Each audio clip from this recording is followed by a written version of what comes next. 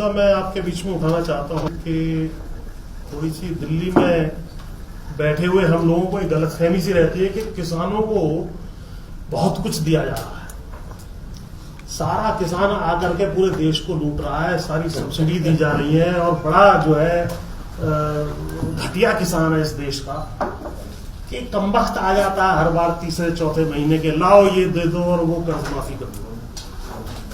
तो ये अशोक गुलाटी जी का एक छपा था, ओईसीडी की एक रिपोर्ट आई है ओईसीडी, उसमें ये कहा गया है कि पिछले 17 सालों में किसानों को हमने क्या दिया और किसानों से हमने क्या लिया।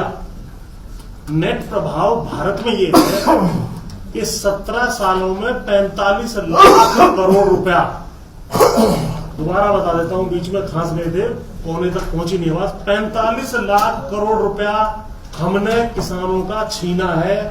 ये चौधरी पुष्पेंद्र सिंह नहीं कह रहा है, 36 देशों की संस्था ओईसीडी की एक रिपोर्ट है, उसमें लिखा गया है। यानी सब्सिडी दी 2 रुपए की और मेरी प्याज बाहर महंगी बिक रही है 100 रुपए की, उस पर एक्सपोर्ट में आपने रेस्ट्रिक्शन लगा दिया, मेरे से 10 रुपए छीन लिए, 2 रुपए दिए 10 रुपए छीने 8 रुपए। इस तरीके से यदि जब गिनती की गई तो हमारे देश के किसानों से हमने 3.25 लाख करोड़ रुपया प्रति वर्ष छीना है। तो एक तो ये दिल्ली में बैठे हुए जितने भी इंटेलेक्चुअल्स हैं वो एक गलतफहमी निकाल दें कि किसान को हम कुछ देते हैं, ये गलत है, किसान से हम उल्टे लेते हैं।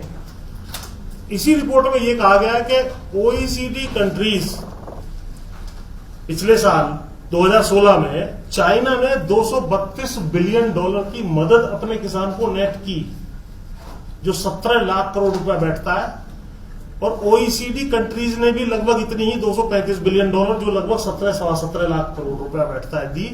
और हमने -25 बिलियन $2016 में। यानी हम किसान से लेते हैं और ढोल पूरे विश्व में ये बजाते हैं, पूरे देश में ये बजाते हैं कि किसान को हम देते हैं, हमने ये सब्सिडी दे दी, वो सब्सिडी दे दी। अगर आप सब्सिडीज क्या दी और क्या उससे लिया हिसाब लगाएंगे तो ये -25 बिलियन है एक ही साल का, और 17 सालों का है ये हिसाब किताब 45 लाख करोड़ रुपया। तो पहला तो मेरा ठोस सुझाव ये है कि ये जो हमें देते हो आप लोग, जो गवर्नमेंट मंकी है, we want the government monkey of our backs. अरे हम कहां बेचें, किसको बेचें, कितना बेचें, किस रेट पे बेचें, ये हमारे ऊपर छोड़ो ना। हमसे कौन खरीदे कौन ना खरीदे, हम बाहर बेचें, आपको बेचें। अब आप देखिए, आपको 2 रुपए किलो अगर आलू प्याज बेचना है या वो गेहूं चावल बेचना है तो आप जाने, उसका बोझ हमारे ऊपर क्यों डालते हो। उसके पीछे एक ही नीति है आपकी कि आपको इन्फ्लेशन टारगेटिंग करनी है। इन्फ्लेशन में आपको 46% वेटेज खाद्य पदार्थ का है, उसके लिए आपको किसान सबसे अच्छा दिखाई देता है। आज जब अखबार मैंने उठाया तो उसमें, क्योंकि बुधवार है, तो बिग बाजार वालों का एक पर्चा निकला, उसकी फोटो में लाया हूं। उसमें लिखा था कि भाई वेडनेसडे को हम सस्ता बेचते हैं और आज हमारा सस्ता 15 रुपए किलो आलू और 22 रुपए किलो प्याज है, सस्ता। यानी जो आदमी यहां शहर में बैठा हुआ खा रहा है उसे भी सस्ता नहीं मिल रहा, लेकिन यही चीज हमसे 2 रुपए किलो और 1 रुपए किलो, और हमने फेंकने पे मजबूर हुए थे 2 महीने पहले, आपको सब रिपोर्ट पता है खान साहब। तो ये बीच का जो तंत्र है, यानी 60-65 करोड़ जो किसान है वो सस्ता बेच कर मर रहा है, और 60-65 करोड़ जो कंज्यूमर है वो महंगा खरीद के मर रहा है। लेकिन बिचौलिया तंत्र में जो 1 करोड़ 1.5 करोड़ 2 करोड़ बिचौलिए हैं, उनको कोई सरकार काबू में नहीं कर पाएगी। उसको अगर आप काबू में कर लें तो मेरा 10 रुपए किलो प्याज जाएगा, आपको 15 रुपए किलो मिल जाएगा। लेकिन उसको काबू करने में हम असफल रहे हैं।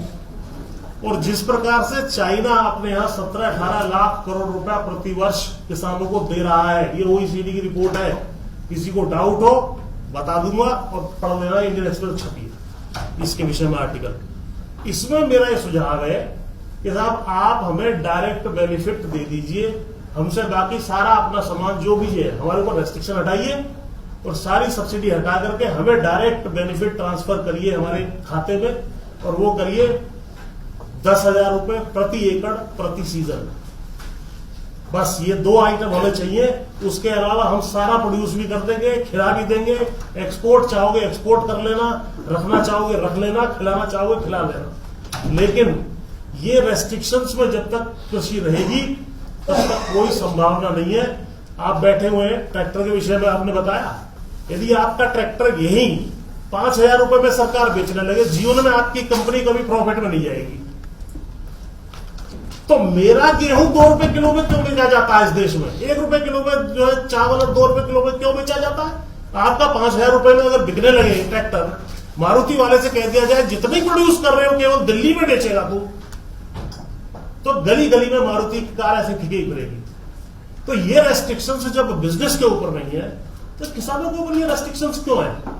क्योंकि हमें सस्ता भोजन खिलाना है। अरे सस्ता भोजन खिलाना है तो आप झेलो ना उस बात को, उसका बोझ हमारे ऊपर क्यों डालते हो? किसानों के ऊपर उस बात का बोझ क्यों डाला जा रहा है? क्योंकि किसान को यह नहीं पता कि भोजन का कोई रिप्लेसमेंट नहीं है। मोबाइल फोन तो सैमसंग की जगह नोकिया खरीद लोगे, नोकिया की जगह आईफोन खरीद लोगे, गेहूं की जगह चावल और चावल की जगह गेहूं, या गेहूं की जगह कुछ और चीज प्लास्टिक नहीं खा पाओगे। अरे सर, जो वो किसी भी तरीके से खरीदा जाए, अगर उसका रेट बढ़ दे आप नहीं दोगे। मुझे रेट कभी जीवन में बढ़ा हुआ मिलने वाला नहीं है। यदि मेरा सामान मेरे घर के बाहर बिक रहा है 2 रुपए और 1 रुपए किलो, 85 करोड़ आदमियों को दे दिया, कैसे बिकेगा? कैसे मेरा रेट बढ़ेगा? जीवन में बढ़ ही नहीं सकता। चौधरी साहब, एमएसपी का डिमांड साहब करते हैं। सर, एमएसपी का बिल्कुल भी डिमांड नहीं करेंगे हम सीधी डिमांड हमारी है, हमें 50 करोड़ एकड़ जो है यहाँ पर जमीन है, ग्रॉस क्रॉप एरिया 10,000 रुपए के हिसाब से 5 लाख करोड़ रुपए बनता है, हमारे खातों में सीधा भेज दीजिए और कहीं कुछ करिए आप। हम प्रोड्यूस भी करेंगे, सबको खिला भी देंगे, लेकिन ये तरीके से जो है हमें लूटने का काम कृपया ना किया जाए। इससे किसान बिल्कुल परेशान है और किसान बिल्कुल मरा हुआ है।